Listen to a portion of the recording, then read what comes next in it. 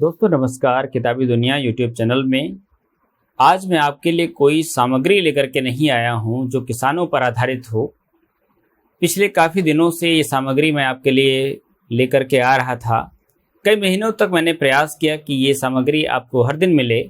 शायद आप इससे ऊब भी गए होंगे, लेकिन मुझे इस बात का यकीन था और आज भी यकीन है कि लिखने और बोलने का, आप तक बहुत कुछ पहुंचाने का एक मतलब है।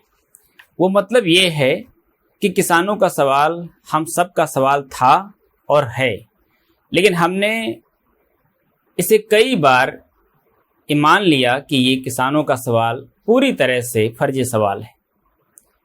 व्हाट्सएप यूनिवर्सिटी जो कुछ आपको उपलब्ध करा रही थी, उसी के हिसाब से लोगों की और आपकी राय बन रही थी। इस किसान आंदोलन ने साबित कर दिया कि अभी भी हिंदुस्तान में अहिंसा का मतलब है, अहिंसात्मक आंदोलन का मतलब है, और लोगों को इस आंदोलन से सीखना होगा कि कैसे एक आंदोलन को एक लंबे समय तक चलाया जाए और आंदोलन को रचनात्मक बनाए रखा जाए। ये किसान आंदोलन की सफलता है कि आज कम से कम 14 महीने के बाद सरकार के तरफ से ये बड़प्पन दिखाया गया कि वो 3 कानून को वापस लेने की बात कर रही है। आपको याद होगा कि पिछले 14 महीनों में क्या कुछ हुआ, कितने सारे आरोप लगाए गए, कितनी तरह से इस आंदोलन को खारिज किया गया।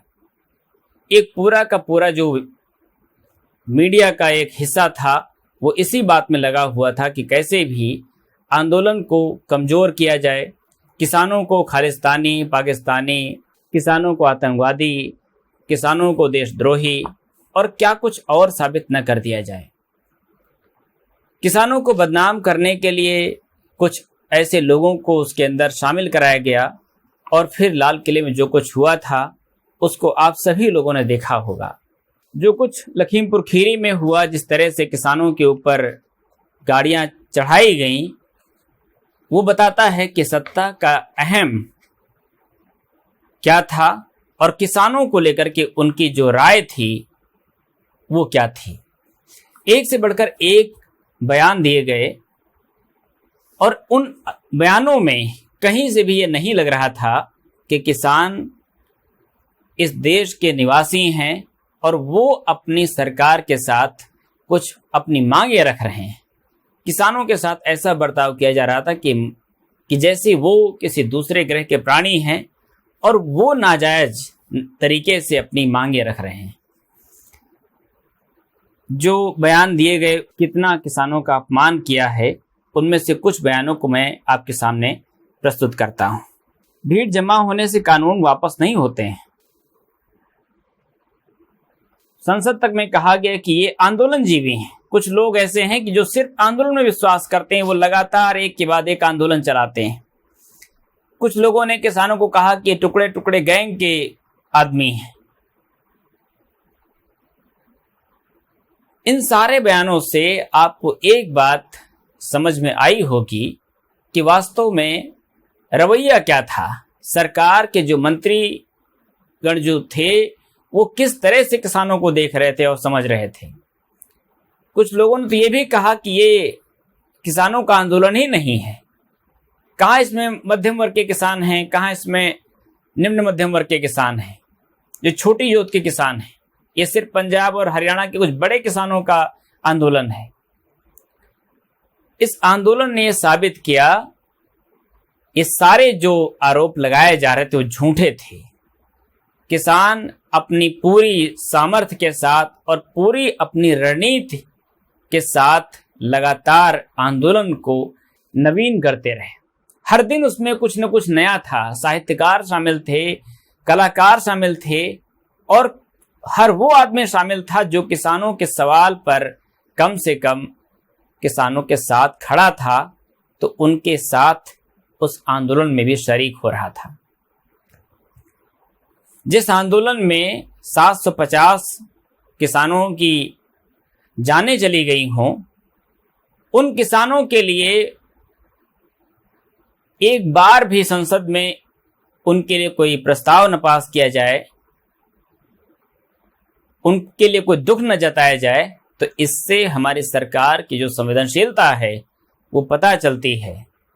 विपक्ष को पूरी तरह से खारिज किया जाए, उसका मजाक उड़ाया जाए, तो इससे ही पता चलता है कि लोकतंत्र का मतलब व्यवस्था के लिए, सरकार के लिए क्या रह गया था।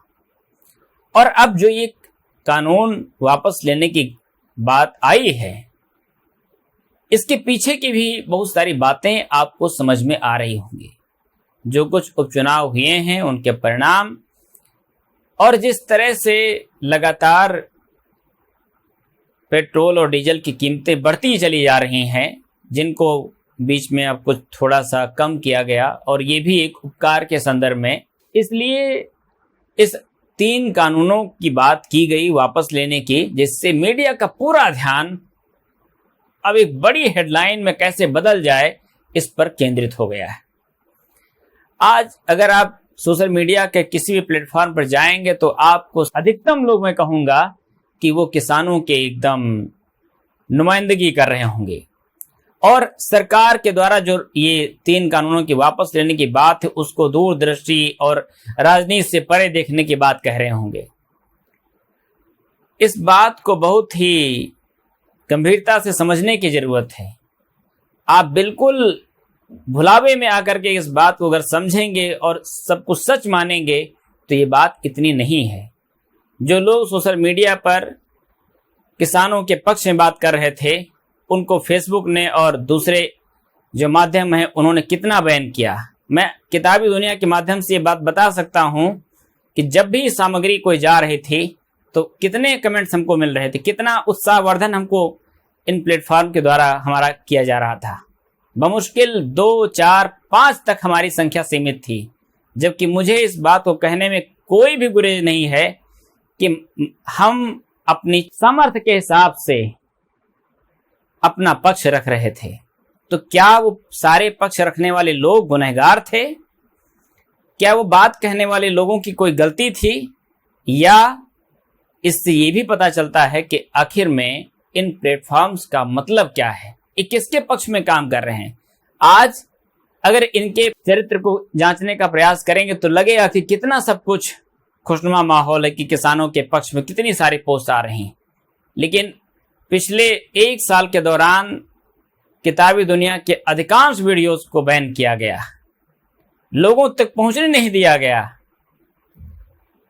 जहां पर साहित्य की अलग अलग विधाओं में हम अपनी बात लेकर के आ रहे थे, स्वामी सहजानंद सरस्वती से लेकर के पूरी दुनिया में क्या कुछ किसानों के साथ किया गया वो सारी सामग्री ला रहे थे, लेकिन कितना सपोर्ट हमको मिला, कितना किताबी दुनिया के इन वीडियोस को आम जनता तक पहुंचाने के लिए कहा गया।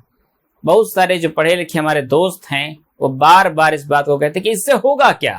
ऐसे जो समझदार जो हमारे दोस्त हैं, मैं उनसे एक बात कहना चाहता हूं कि इससे कुछ हुआ हो ना हुआ हो, लेकिन मुझे इस बात का पूरा यकीन तब भी था और आज भी है कि लिखने और बोलने से कम हम अपने नजरों के सामने गुनहगार कम होते हैं। बहुत सारे गुनाह हर दिन हम करते रहते हैं, तो कम से कम उन गुनाहों के लिए कुछ काम भी करना चाहिए। ये जो कानून वापस लेने की बात जो घोषणा हुई है, ये इस घोषणा से खुश होने की जरूरत नहीं है। जिस सदन से कानून पास हुए थे, सबसे पहले वहीं से इनको वापस लिया जाए। जिन किसानों को इस पूरे आंदोलन में उनके साथ बुरा बर्ताव किया गया, उनके ऊपर बहुत सारे मुकदमे ला दे के वो सारे मुकदमे वापस होने चाहिए। एमएसपी की गारंटी दी जानी चाहिए, और जो किसान इस आंदोलन में शहीद हो गए उनको शहीद का दर्जा दिया जाना चाहिए। इन मांगों के साथ ही हम आंदोलन का जश्न मना सकते हैं कि ये आंदोलन की सफलता है। अभी सिर्फ घोषणा होने से हम ये नहीं मान सकते कि सब कुछ खुशनुमा हो चुका है। क्या कुछ खुशनुमा होगा इस ये सब कुछ आपको आने वाले दिनों में पता चलेगा। जिन परिवारों ने अपना सब कुछ खो दिया है, उन परिवारों के लिए आपको शोक संवेदना कम से कम प्रकट करनी चाहिए। उनके बारे में जो कुछ आपने कहा है उसके लिए माफी मांगनी चाहिए। तभी हमारे द्वारा जो कुछ गलतियां की गई वो सुधर सकती हैं। इस आंदोलन ने एक और बात साबित कर दी कि जो काम पिछले काफी समय से राजनीति नहीं कर पा रही थी, वो इस आंदोलन ने कर दिखाया। आपको कौन सा वो मंच याद होगा जहां पर हर हर महादेव और कुरान की आयतें पढ़ी गई हों, वाहेगुरु का नाम लिया गया हो और सांप्रदायिक सद्भाव की हमको मिसाल देखने को मिली हो। मेरठ की उस महापंचायत को याद कि जहां पर टिकैत साहब थे और सारे धर्म के लोग शामिल थे। इसके बाद ही हम देखते हैं कि बाकी राजनीतिक पार्टियों के मंचों पर भी इस तरह की उपस्थिति दिखाई पड़ती है। अल्लाह अकबर हैं, हर हर महादेव हैं और इसके बाद जय हनुमान और वाहेगुरु क्या कुछ नहीं है। ये हमारे हिंदुस्तान की तहजीब है कि हम धर्म के आधार पर अपने समाज को बांटने का प्रयास नहीं करते थे। जो पिछले कुछ समय से ये सायास प्रयास किए गए, इसके वजह से समाज में नफरत फैली। उस नफरत की जमीन पर वोटों की फसल उगाई गई और प्रचंड बहुमत का जो सवाल है वो एक अहम के साथ हमारे सामने आया, जिसके बाद एक कानून आए। उनको कुचलने के नायाब तरीके भी इजाद किए गए, लेकिन इस आंदोलन ने साबित कर दिया कि वो सारे जो हथकंडे थे वो फेल हो चुके हैं। अगर हम अपने अन्नदाताओं का इस तरह से अपमान करने का प्रयास करते रहेंगे तो हिंदुस्तान की जो छवि बनेगी पूरे दुनिया भर में वो क्या बनेगी, इसको आपने बखूबी महसूस किया होगा।